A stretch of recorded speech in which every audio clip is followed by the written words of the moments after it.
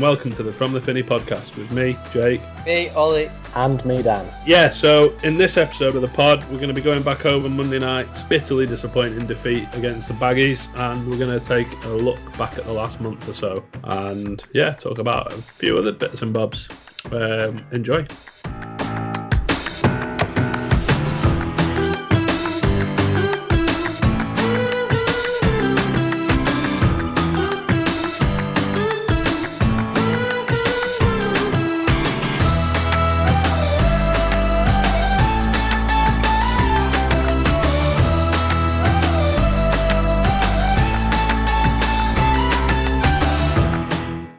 All right, lads, how are we? Good to have you both back on the pod. Oliver, thank you for appeasing your fan base again. Can always make time for the fans. Well, you can't. Last week's evidence of that. Yeah, I had an exam last week, to be fair. Yeah, no, you did. Exam to be fair, actually, we all wished you well on the exam at the end of the pod last week, but I just edited it out because it was just a bit of a mishmash. Well, thanks for a good look. Passed both my exams. No exams until March. Buzzing. Happy days. Yeah. Decent. Very busy at work. They come around like international breaks for you, don't they, then? Yeah. You get where I was going with that, don't you? No. Come around every couple of months and then until March. Yeah. Precisely. But yeah, very busy, but everything all right. Good. You good, Dan? Yeah, very good, yeah. Good. Just sorting Christmas stuff out. I know you lads aren't big in the Christmas spirit yet, but we've been decorating the household. I'm not looking forward to Saturday because I know it means I'm going to have to go up in the loft and get it out. Yeah. The Christmas tree, that is. Yeah, as with last week's pod, again, figured this was worth doing at the start while most of you are listening, I hope, anyway. We are looking for a sponsor for the podcast, so if you or someone that you know would maybe be interested in sponsoring us, get in touch on fromthefinney@gmail.com and we can go into some more detail and maybe try and sort something out. And don't forget, you can follow us on Twitter, Facebook and Instagram. Just search for From the Finney and you'll find us. So yeah, we'll dive straight into the good stuff. Still a bit pissed off about last night, to be honest. How come? It was just a bit of a kick in the balls, wasn't it? Yeah, it's definitely hard to take, losing like that. Yeah, I think it was the toughest defeat to take for me since going back quite a long way. Yeah, it's been a while since we've had a proper kick in the balls. Toughest defeat for me to take since I can't remember when. Because normally when we lose, it's just one of them, innit? You lose, you move on, but I felt a massive injustice last night. Yeah, I think that's the key word, actually. It felt like an injustice. Yeah. They're the hardest to take. It's only a point difference, but feels like feels like a big injustice. Yeah, I think it means a lot extra as well because there was the home record and everything that has gone. Yeah.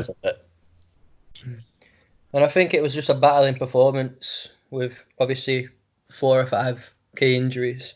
Yeah, we look well drilled, like everyone. Obviously, everyone went out with a job to do and knew what they were doing and did it for the most part well. The West Brom fan page, blog, whatever you want to call it, that contributed to our match preview, tried comparing Alex Neil to Tony Pulis on Twitter last night, which I missed that. Was interesting. Yeah.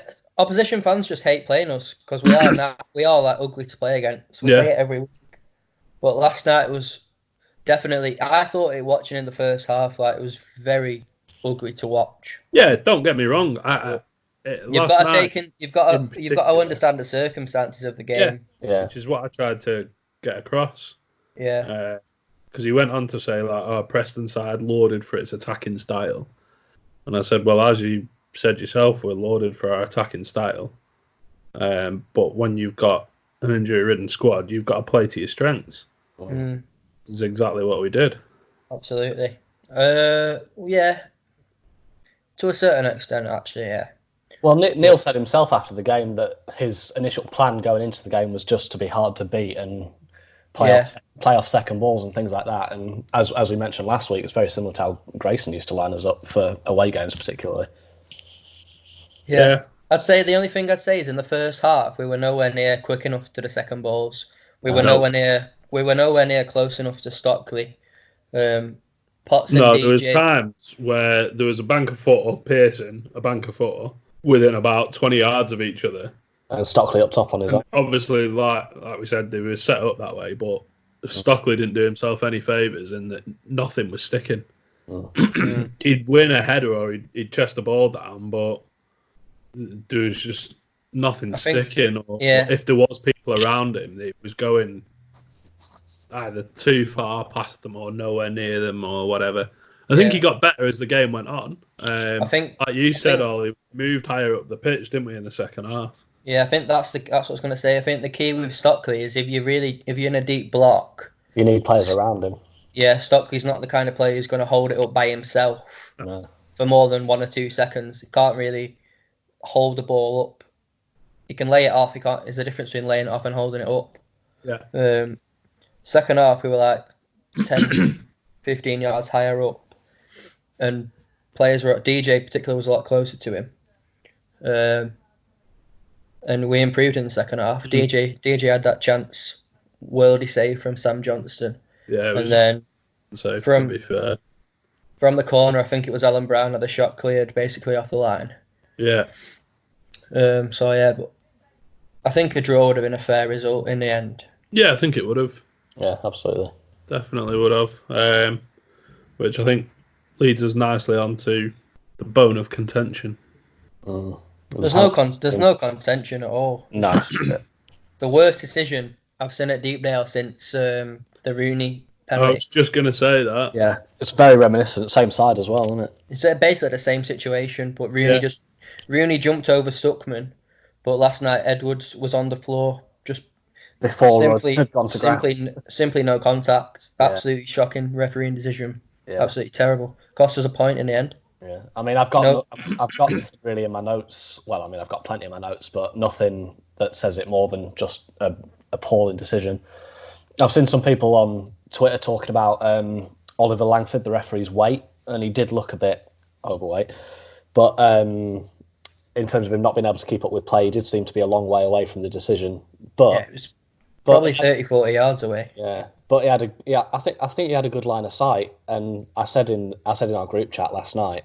And I maintain that if that happens at the Town End, I don't think he gives it. I think he's bottled it in front of the West Brom following and given what they expected as the top of the table, quote-unquote, bigger club. Yeah, I think when you're guessing, the bigger club tends to get the right side of the guess. Yeah. Nine. Probably the ref should have been there on the edge of the box. If he's on the edge of the box there, he sees... Yeah, he's got to be within 5-10 yards of the area. With play heading that way, he's got to be at least, you'd expect 10 yards of... Yeah. And I've seen people say Rudd gave the ref a decision to make, but that doesn't mean it's not a shocking decision. No, of course not. If he'd stayed rooted to his line and Edwards had scored, then he gets slated for not acting. I actually think Rudd he'd have been first on his case. I don't think he's blameless in this situation. I thought he had a good game. I don't think he's to blame in this situation, rather, sorry. Yeah, but I think likewise, I don't think he is blameless entirely. I mean, Alan Brown said... No, I mean, if you stay on your feet and shepherd him out, then you get lauded as calm. But in the 90th minute... Yeah, I mean, going back to the point I presume Ollie was just about to make, which is that I do think for probably the first time in a long time he looked confident last night. Yeah, and all I was going to say is well, he's come out, he's closed the angle down, he's made the attacker take a touch out of play, and he's not touched the attacker. So that's perfect goalkeeping if the referee does his job. Yeah. The thing is, you can say like he gives the referee a decision to make, but I don't think he gives him a reasonable decision to make. I think if the referee's in the right position, as we've said, he sees that there's clearly a good foot between Rudd and Edwards at any given time. At most. And the photo that Declan Rudd posted on Instagram shows you there's no contact and Edwards' back leg is on the floor before he's anywhere near. It's just a simple shocker from the ref, and he should get a 2-game ban. He probably won't. He probably won't, but that's what the rules are. That should be the case, yeah. Yeah. I mean, you'd think if anything was going to come of it, we'd have heard about it today, and there hasn't been. And it was an absolute commentator's curse because last night they said I think we've had 9 penalties this season. You were watching it on TV, weren't you?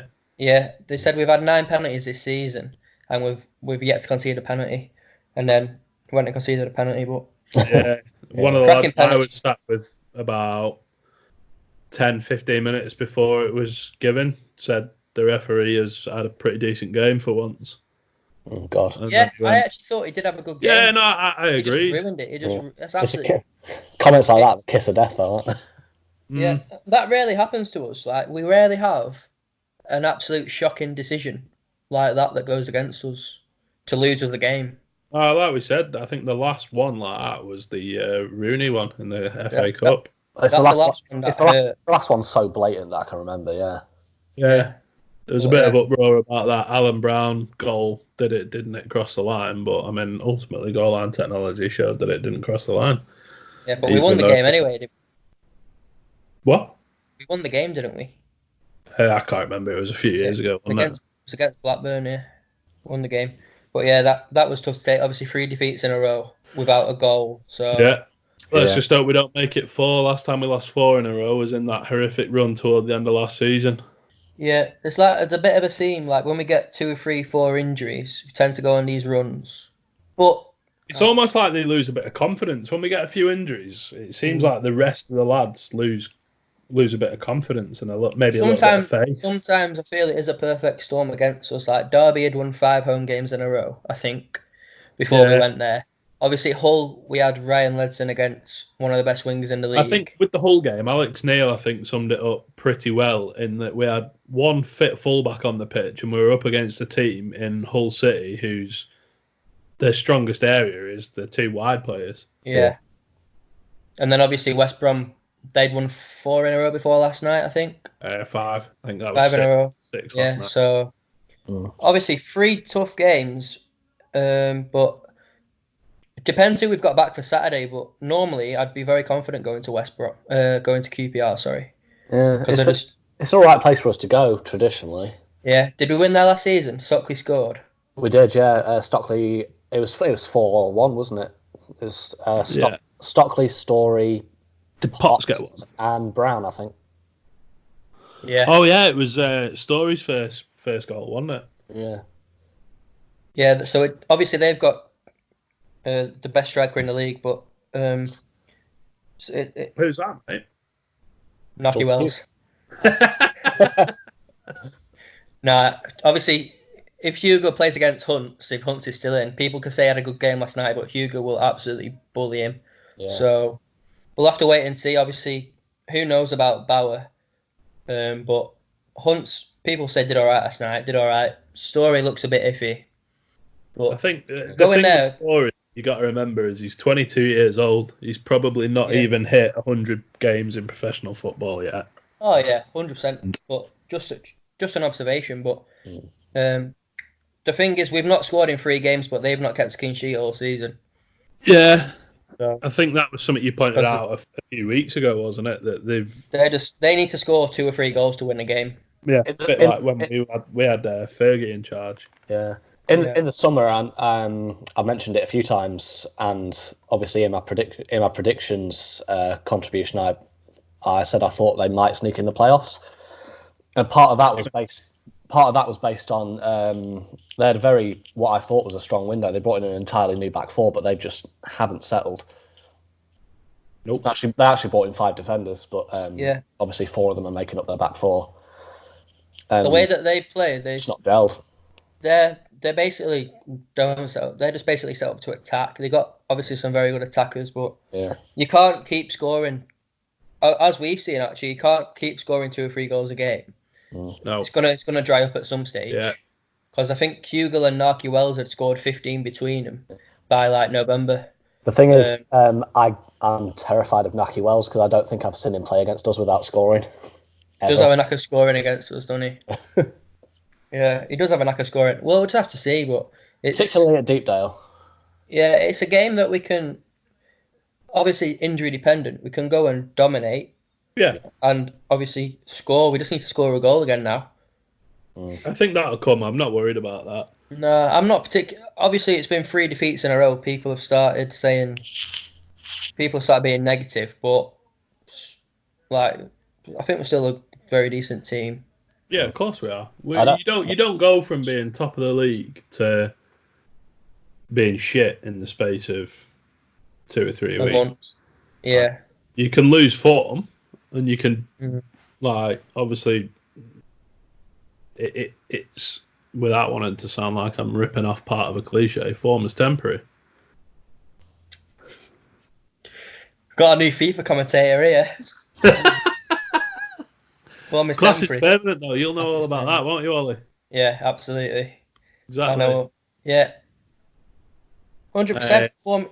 But the thing is, people need to realise when you've got Ryan Ledson playing at right back against a Polish international winger, that's just circumstance. Mm-hmm.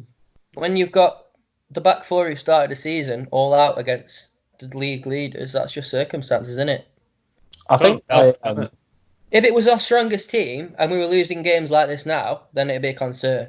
Yeah. The only concern is, obviously, everyone gets pissed off with Alex Neil because he doesn't release anything to the media. No one knows when Fisher, Galley, Bauer, Davis, but if he did, Hughes will be back.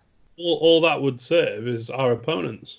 Yeah, precisely. I think people need to remember in that situation specifically, with players coming back from injury and Alex Neil being very quiet on it, is it's probably helped us more this season than it's hindered us. I mean, we mentioned, was it last week? I think when Ryan came on, the Brentford game specifically, Tom Barkhuizen and Shawnee were both meant to be out injured. Neil kept it quiet. They both started and they both scored. Yeah, precisely. So, yeah, I understand why he does it. It doesn't really bother me. Yeah, me neither.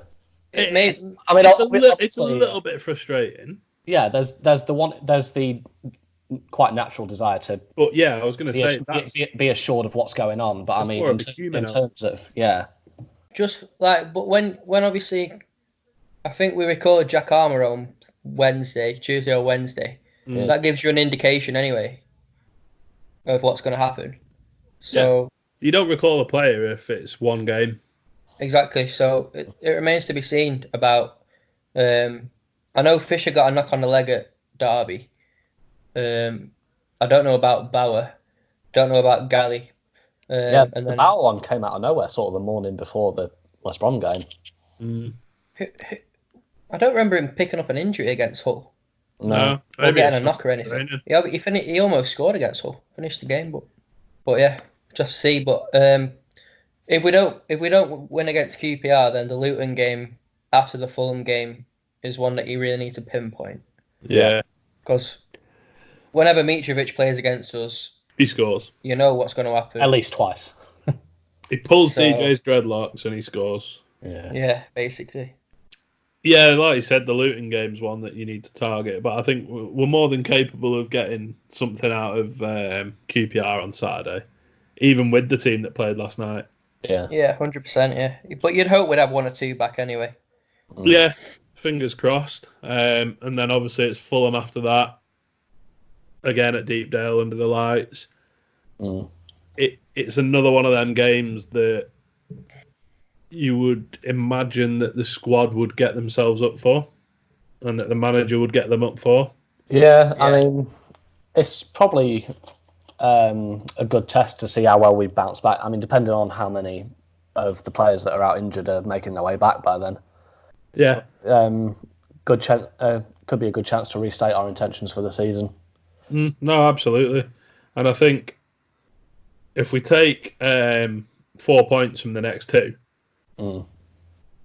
then it just keeps us sort of in touch with where we are at the moment. Yeah. I do fancy Notts Forest. I hate saying that. Nottingham Forest for a late run at automatics.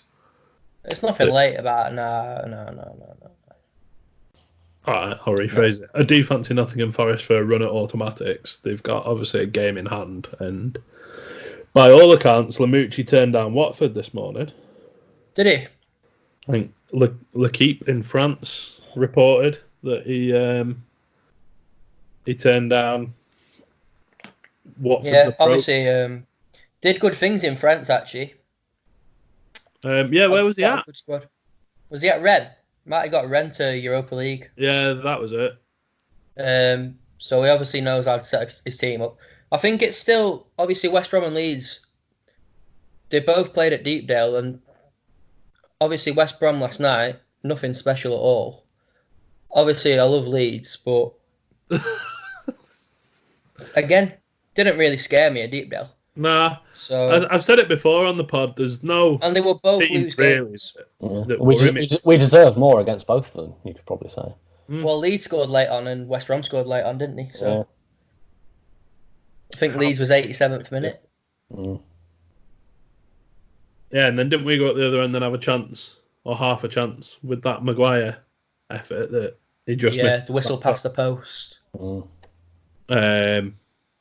Yeah, I'm not worried yet. It's early days, and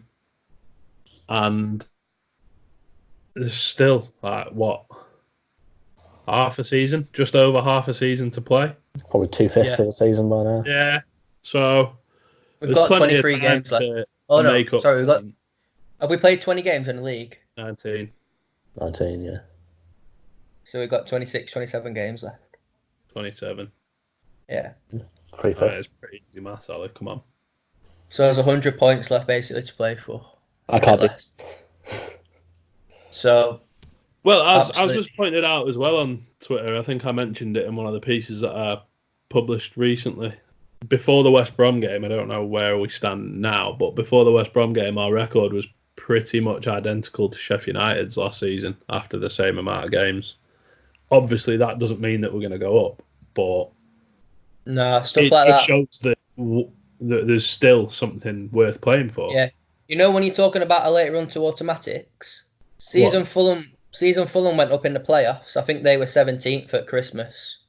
Yeah, there was talk of Jukanovic getting sacked. Yeah, so that's how much the table means at this stage. That'd be equivalent of, say, like Charlton or Dan's hotly tipped QPR. Yeah. Making a run. It's less so hotly tipped when I've seen what they've done after the transfer window. Well, Mark Warburton just can't defend, so saying that, they'll get a clean sheet against us on Saturday. But as Ollie said, it's not very early days, but still it's on the border for me of being just about early / not really anymore. I think when you get to these games, towards the latter stage of being able to call it early doors, really, aren't we? Yeah, I think when you get to like 21st of December, Boxing Day, 29th, New Year's Day, when you get past there, you're well into the season, then, aren't you? Yeah, when you get a run of 2, 3, 4 games coming quickly. Yeah. And then you chuck an FA Cup tie in there as well. Yeah. Which I'm gutted with, by the way. Why? It's at home, innit? That's all you can ask for. Well, I mean, you either want a massive club or you want a bit of a gimme. Unfortunately, Norwich are neither. Yeah, I get that, but it's still the opportunity to go out and beat a Premier League side, isn't it? Yeah, I suppose. And they're not exactly a brilliant Premier League side.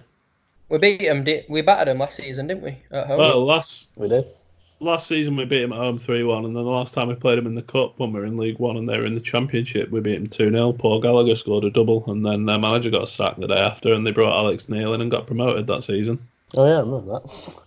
What a love story that is. I know. And that has come full circle. Yeah. So it's not the worst draw. Yeah, I'll probably end up going if it's a tenner ticket. Yeah, it'll be 10, 15 quid, something like that, won't it? If I wasn't away, I'd be there. But yeah. And then I'm hoping it's maybe one of the left field TV decisions, and I might get to watch it. But I doubt it. I wouldn't think so. Not with a Merseyside derby and everything. Merseyside derby, then obviously Derby County are playing Palace, I think. There's the Alex Neil line, isn't there? Yeah, but my point about Derby is that Rooney will be there, won't he? That'll be one of the first games that he can play in. Is that still happening? Yeah. He's joined him. He's training with him. He was on the pitch the other night. I thought they might have cancelled it after the backlash. No. And then before we know it, it'll be January transfer window for time for more meltdowns. Yep, time for more good podcasts from us boys. Should we call that brew time, boys? Yeah. I need a brew. Yeah.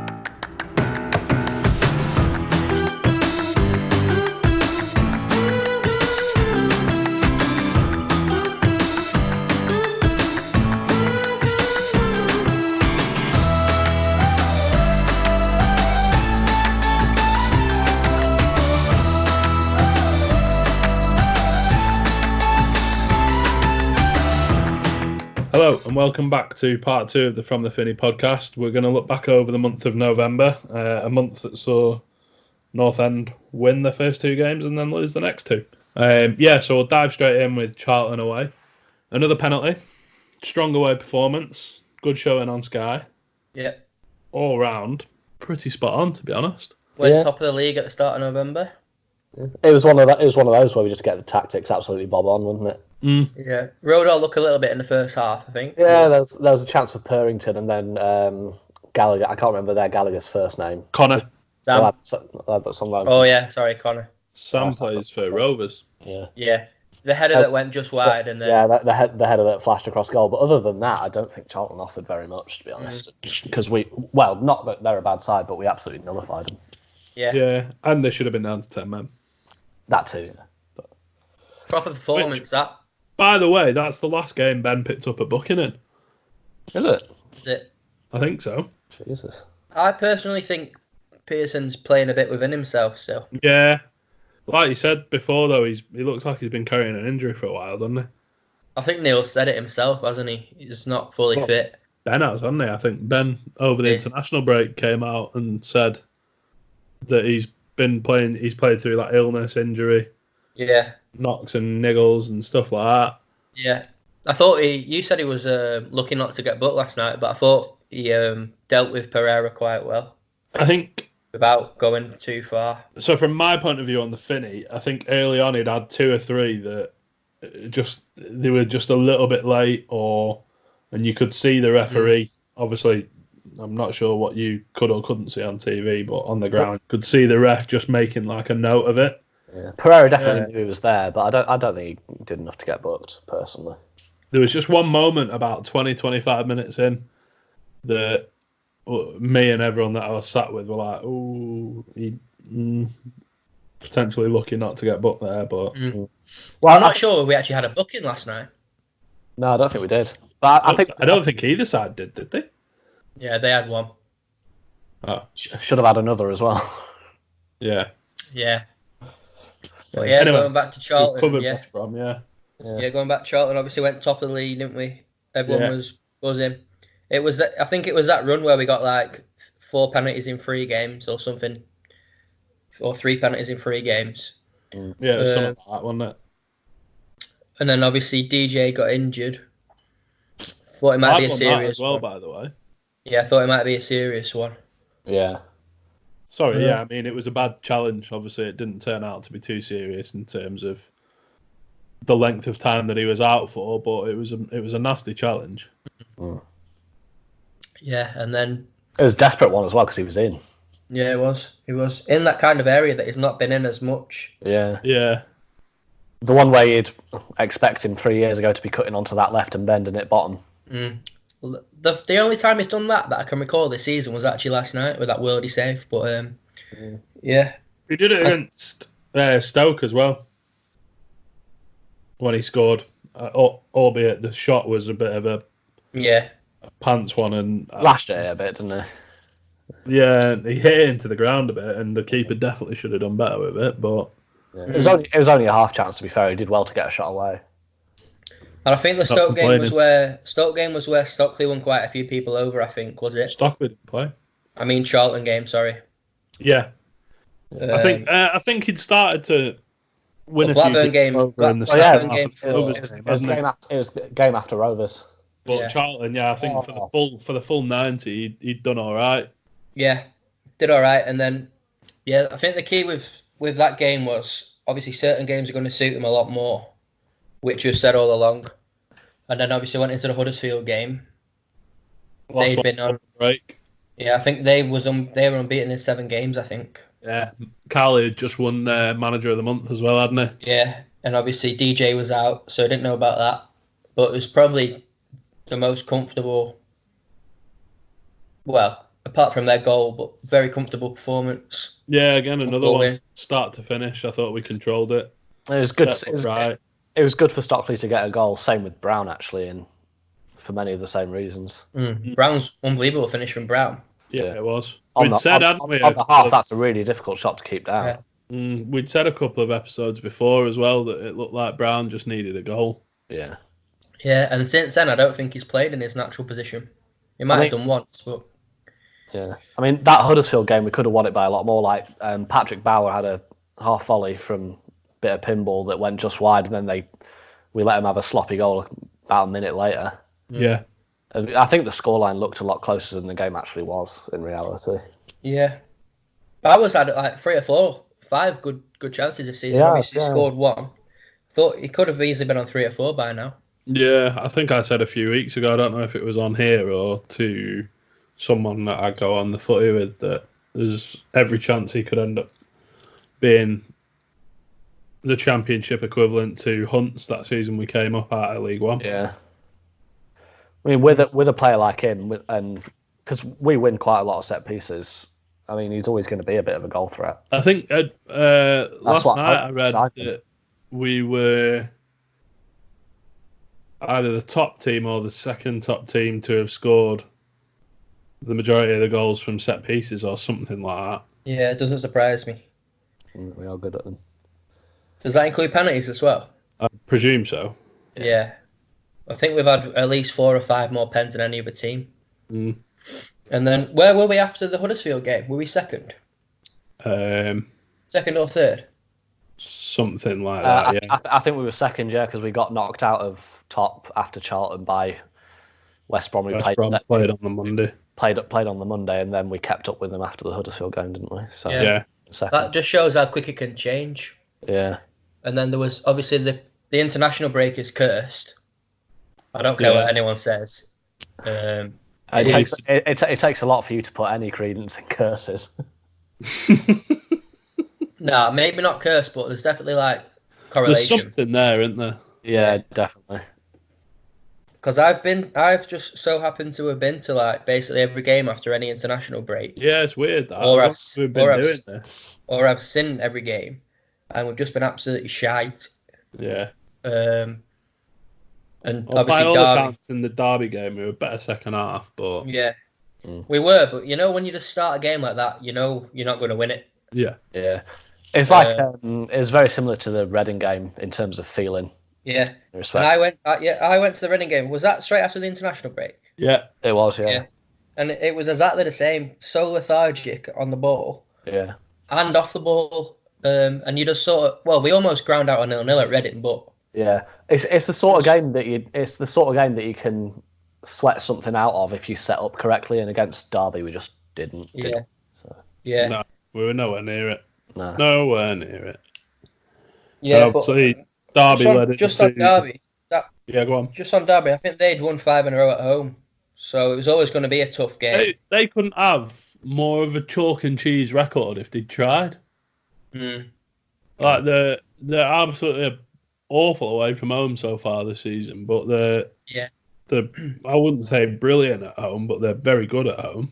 Yeah, and it was a set piece that undid us as well. So same as yesterday if you count the penalty. So two tight games. Obviously the whole game was like the shitter. Yeah, I think with that though we didn't look awful in the first half. Don't get me wrong, we didn't look good, but we had our chances. Yeah, especially that was the weirdest. Yeah, that was the weirdest game out of the 3 for me because I actually thought we were very decent in the first half. I mean, if that was it Maguire who hit the post in the first 10 minutes. Good effort as well, to be fair. If that goes in, it's a different game. But I mean, it seems to have. It feels like there's been a lot of ifs and buts so far for us this season. Yeah. Obviously, I think it was 1-0 at half time. To resort to that when you're on a bit of a losing streak, isn't it? It was 1-0 at half time, and Neil changed Ryan Ledson to left back, and he was completely confused. And then he gave away a penalty within 2-3 minutes of the restart. Yeah, and then you're always up against it when you're 2-0 down away from home like that. So. And then they scored again about 3-4 minutes later, didn't they? Yeah. It reminded me of the that game away at Brentford where we started okay, and then it just is like going a steeper downhill degree as you go along, if you know what I mean. Are you on about the 5-0 at Brentford? Yeah, that one. Yeah. Yeah. To be honest, the whole defeat. It starts going wrong slowly, and then gets a bit worse, and then goes downhill at a rate of knots. The whole defeat didn't bother me really.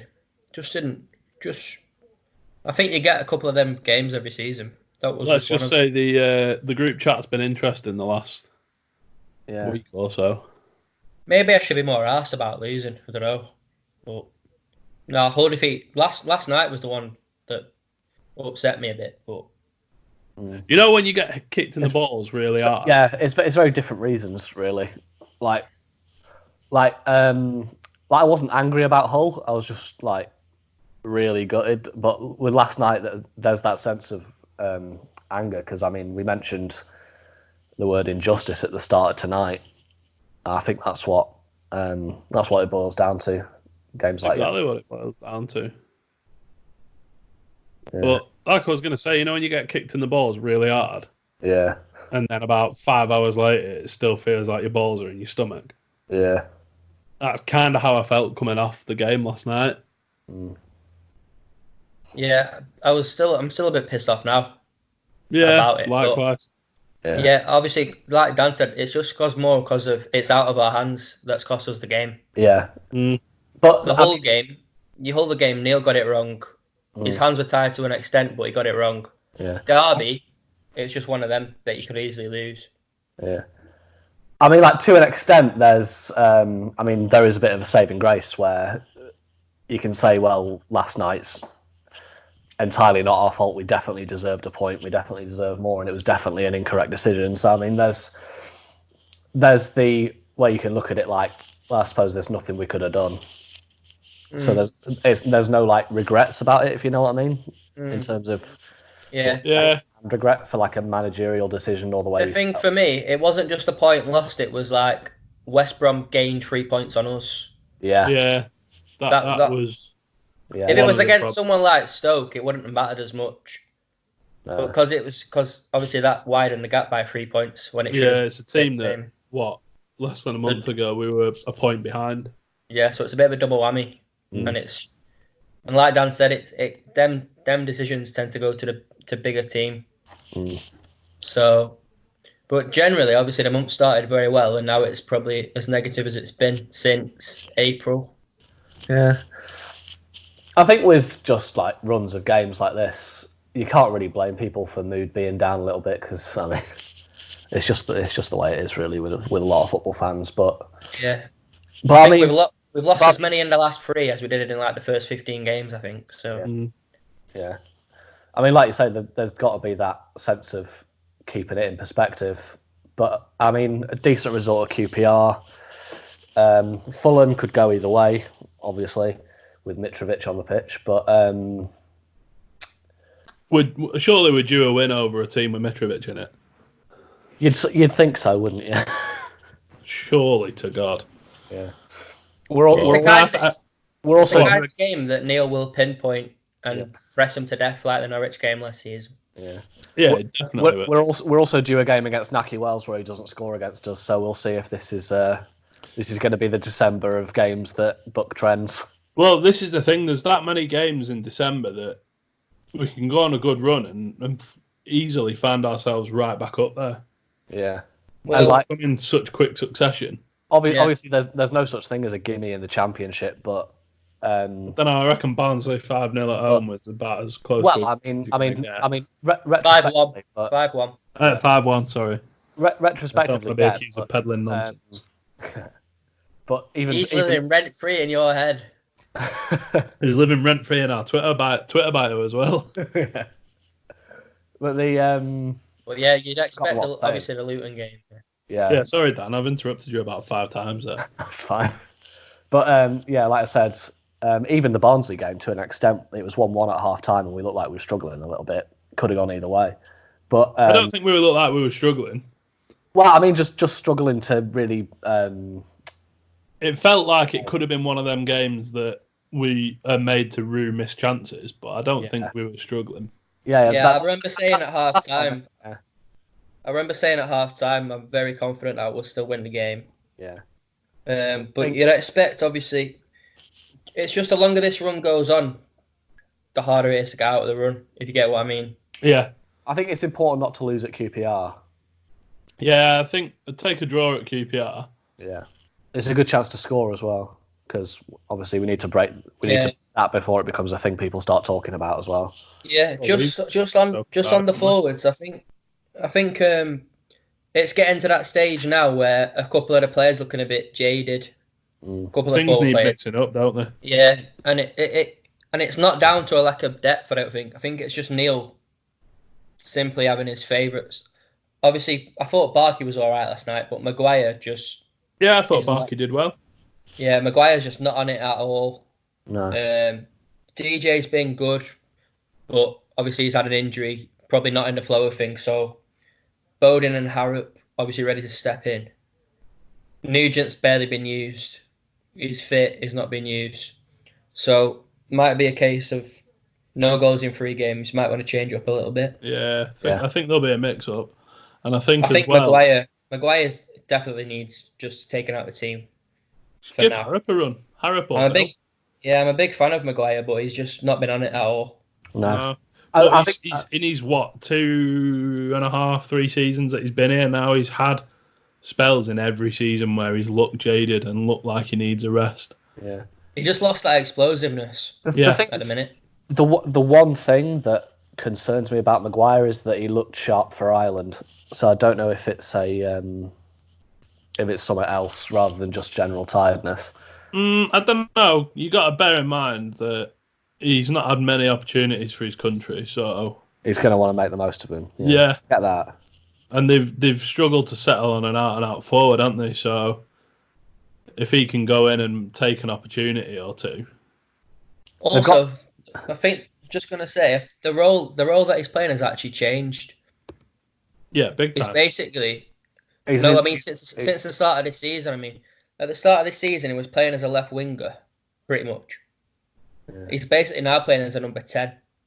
We'd be getting narrower and narrower as the season's gone on. Yeah, and he's dropping into really deep areas, and he's just not affecting the game from those deep areas. He's better when he's pinned up against a fullback 1-on-1, like he was against Sheffield Wednesday. Oh, Sheffield Wednesday, yeah. The whole game when he hit the post, when he was 1-on-1 against the fullback, that's when he's the most effective. Yeah. But if you're going to play that just role, on Harrop as well, Harrop can do a similar job. Yeah, he can. We said that at the start of the season that we thought in terms of who we've already got in the squad, if we weren't to bring anyone in as a replacement for Robinson, which I think we were all quite expectant would happen, i.e. we wouldn't bring a replacement in for Robinson. Yeah. I think we all said that Harrop could potentially be the one that steps up. But as Neil has said numerous times through the season, when you got a player who's coming back from a big injury like Bill is and like Harrop is, they're going to pick up little niggles and knocks along the way back to full fitness. I know the game was over against Hull when he came on, but he was sharp when he came on against Hull. Harrop. Yeah. I was played quite well in that short time on the pitch. So yeah, he's done well in his short time on the pitch this season as a whole. I think he has. I agree. What is it, like 3 goals in 6 appearances or something like that? He started the season very bright, and then unfortunately for him, he got the couple of niggles in a row. I think he is improving. I think he's a good option. Is he out of contract as well next summer?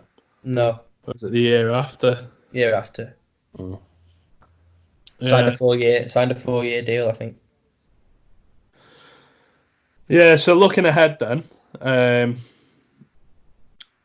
like we've mentioned already, QPR, I think we're capable of getting something from. QPR, Fulham and Luton, I mean, with the way the last few games have gone, I'm probably hoping for 7 points out of those 3 games. We always tend to do quite well travelling away to London as well. Yeah. Apart from Brentford. Yeah. If you take Brentford out, we've got an unbelievable record, really.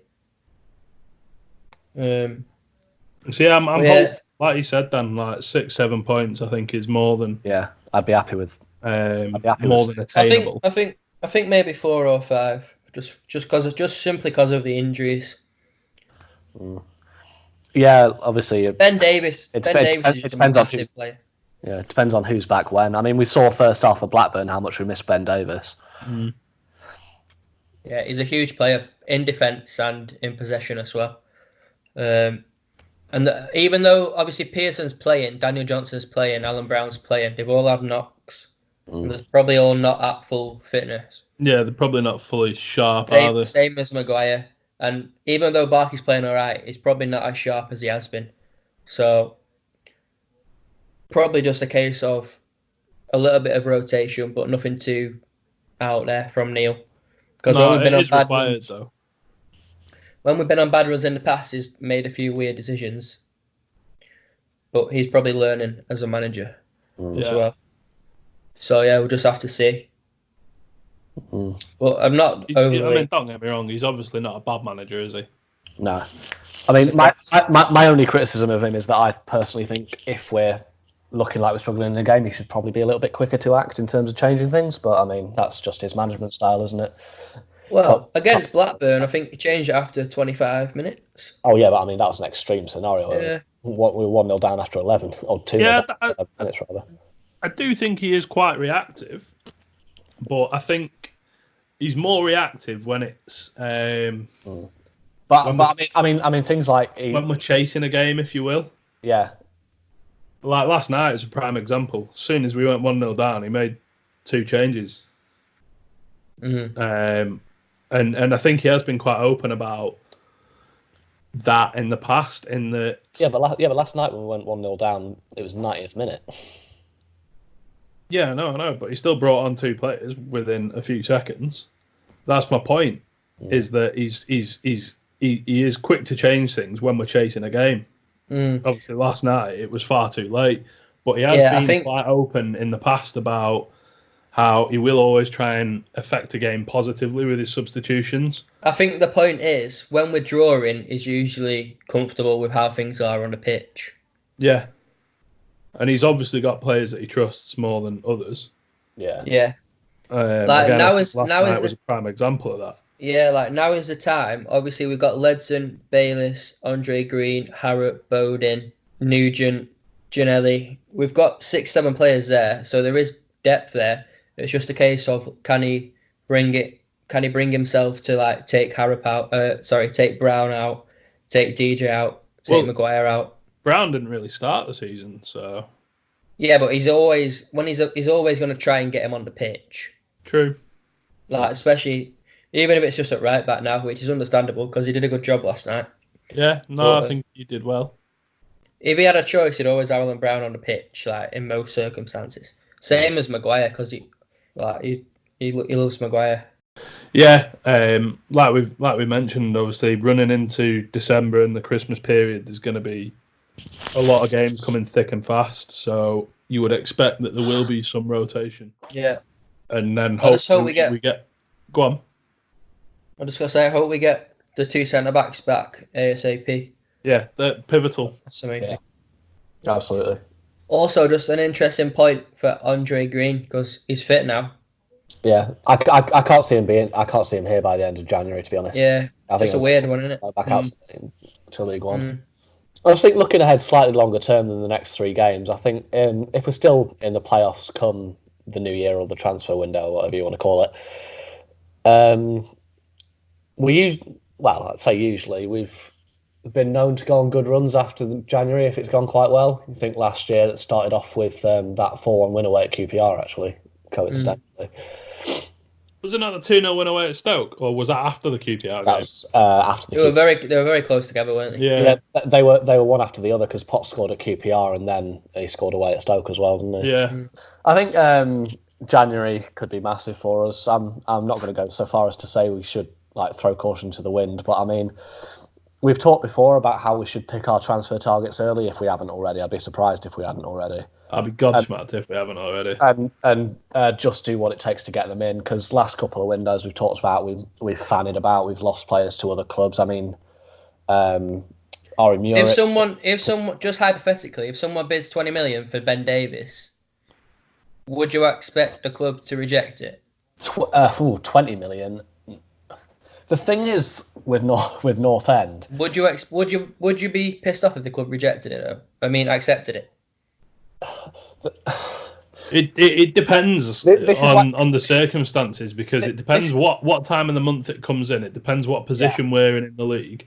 If it comes in and we're on the back of 3 wins and we're 2 points off second, then I think 20 million or 50 million, well, maybe not 50 million, but like 10, 15, 20 million when we're a point or 2 off automatic, and you on the cusp, well, not on the cusp, you've still got half a season to go, but you potentially you want to keep within together of £120 million promotion prize. But I think you would I could forgive people for being annoyed at it, but I wouldn't ever expect. I don't ever think North End would turn down £20 million for any of their players. Yeah. The one thing I'd say about Alex Neil, the way he's manufactured this P&E team, there's certain players that he's set the system up to suit perfectly. Jordan Hugill was one of them. Ben Pearson's another, and Ben Davis is another. I don't care what people say. We have not replaced Jordan Hugill. No. We would not be able to replace Ben Davis because of his pace, because he's left-footed, because of how comfortable he is in possession. We would not be able to replace that. Well, basically, if we sell players, because Neil sets up in such a niche system, it's basically impossible to replace those players. Ben Davis is one of them. Ben Pearson's the other. So I don't think we will sell players in Jan. But like, if someone comes in with a massive bid for one of them players, it's going to give every player something to think about. I'm going to do a Jake. Every player has a price. Yeah. Ooh. Welcome to the cliche club, my friend. Every player has a price, like So I mean that's the thing. If somebody, I'm not entirely sure who's interested in Ben Davis, but I mean if somebody like Brighton and Wolves apparently. I was going to say I think I've seen Wolves. If Wolves come in with a 20-25 million bid on January 1st, then to be honest, we're talking entirely in hypotheticals. So if there is a promise of that money being reinvested, maybe not all of it, obviously, because we've got other bills. And if it was come out and say we'll go out and spend £3 to £6 million. Yeah, then I mean, hypothetically, it could go all right for us. But I mean, the nature of football, though, you'll never get a £25 million bid on the 1st of Jan, would you? No. It's all going to come. Everything's going to happen. Everything will happen in the last week of January, and that's just how it is. But while we're on January, I'm just going to say it again because I've not forgotten. People better not have forgot. But if we sign Ashley Hunter, we'll win the league. I just think we need to be careful not to fanny about again in the transfer window. Like in the summer, obviously. I mean, Murich's move to Forest didn't go as planned, obviously. But he's like probably the core example of the player I think who we were very interested in, but we let go to a rival club because we didn't move fast enough. I mean, obviously we've got limited funds, which is why I'm not talking about throwing caution completely to the wind. But if somebody's offering a fee and a decent wage to a player, then we can't go in with a subscription to Beekeepers Weekly, a bag of Watsits and a great Fanta. Do you know what I mean? I think we need to get it done. In January, especially if we're up there and still with a chance. Yeah, just on the Murich thing, like that wasn't really. I don't really think P&E is to blame for that. But do you think there's any going back for Murich? Do you think there's any way we get him? Just on that, I don't know. Because I mean, we said on the pod numerous times that we were in for him, and I think it was well known secret. It was all summer. Yeah. It was all agreed. The contract was there to be signed, but the terms changed. So and then Forest said they contribute like 30 grand a week to his wages. So I don't know what P&E can do. He was out with Kosovo, wasn't he? And then he. Yeah. But wasn't it all pretty much in the bag before Forest were even interested? Yeah, it was away. It was on international duty. Yeah. This is what I mean. I remember making a point in a pod at the time. If that deal's almost done, you get it done. You fly someone out, don't you? I mean, I think this. Again, I've alluded to it in a piece that I've written, but this January, and we've said it on the pod before, is make or break, I think, for the club and potentially the manager, and definitely for some of the players. Oh yeah. 100%. And just another thing, probably the final thing before we call it a pod. Do you think there's an element that players can maybe become a little bit disillusioned when they're not seeing incoming transfers?